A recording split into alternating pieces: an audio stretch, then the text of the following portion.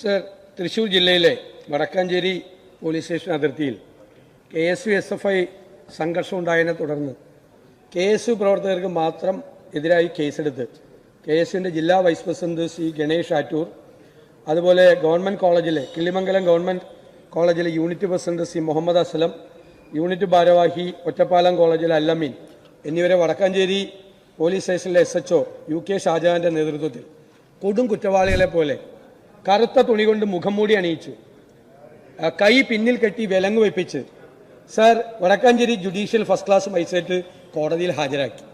Sir, തീവ്രവാദികളെ പോലും ഇപ്പോൾ ഈ കാലത്ത് അങ്ങനെ ചെയ്യാറില്ല. സുപ്രീം കോടതിയുടെ വിധിയുള്ളതാണ്. വിലങ്ങ് വെപ്പിച്ച് കുട്ടികളെ, കോളേജിൽ പഠിക്കുന്ന കുട്ടികളെ കറുത്ത തുണി വെച്ച് മുഖം മൂടി വിലങ്ങ് വെച്ചിട്ട് കോടതിയിൽ ഹാജരാക്കുന്ന ദയനീയമായ സംഭവം ഉണ്ടായി. സർ, ഈ നടപടിയെ, പോലീസ് നടപടിയെ അതിശക്തമായി കോടതി വിമർശിക്കുകയും എന്തിനാണ് മുഖം മറച്ച് വിലങ്ങണിയിച്ച് ഹാജരാക്കിയെന്ന് ചോദിക്കുകയും എന്നാൽ കൃത്യമായ മറുപടി പറയാൻ പോലീസിന് സാധിക്കാത്തതിനെ തുടർന്ന് SHOയ്ക്ക് കാരണം കാണിക്കാൻ നോട്ടീസ് നൽകുകയും ജില്ലാ പോലീസ് മേധാവി വഴി റിപ്പോർട്ട് സമർപ്പിക്കുകയും ചെയ്തു. സാർ, ഇത് നമ്മുടെ കേരളമല്ലേ? നമ്മുടെ കേരളത്തിൽ കോളേജിൽ പഠിക്കുന്ന കുട്ടികളെ, വിദ്യാർത്ഥികൾ തമ്മിലുള്ള സംഘർഷം എത്രയോ കൊല്ലമായിട്ടുള്ളതാണ്. വിദ്യാർത്ഥികൾ തമ്മിൽ, എന്നിട്ട് ഈ കുട്ടികളുടെ വീട്ടിൽ പോയിട്ട് മാതാപിതാക്കളെ ഈ SHO ഭീഷണിപ്പെടുത്തുന്ന വീഡിയോ ദൃശ്യങ്ങൾ പുറത്തു വന്നിട്ടുണ്ട്. 6 പ്രാവശ്യമാണ് ഇയാൾ വീട്ടിൽ പോയി മാതാപിതാക്കളെ ഭീഷണിപ്പെടുത്തുന്നത്.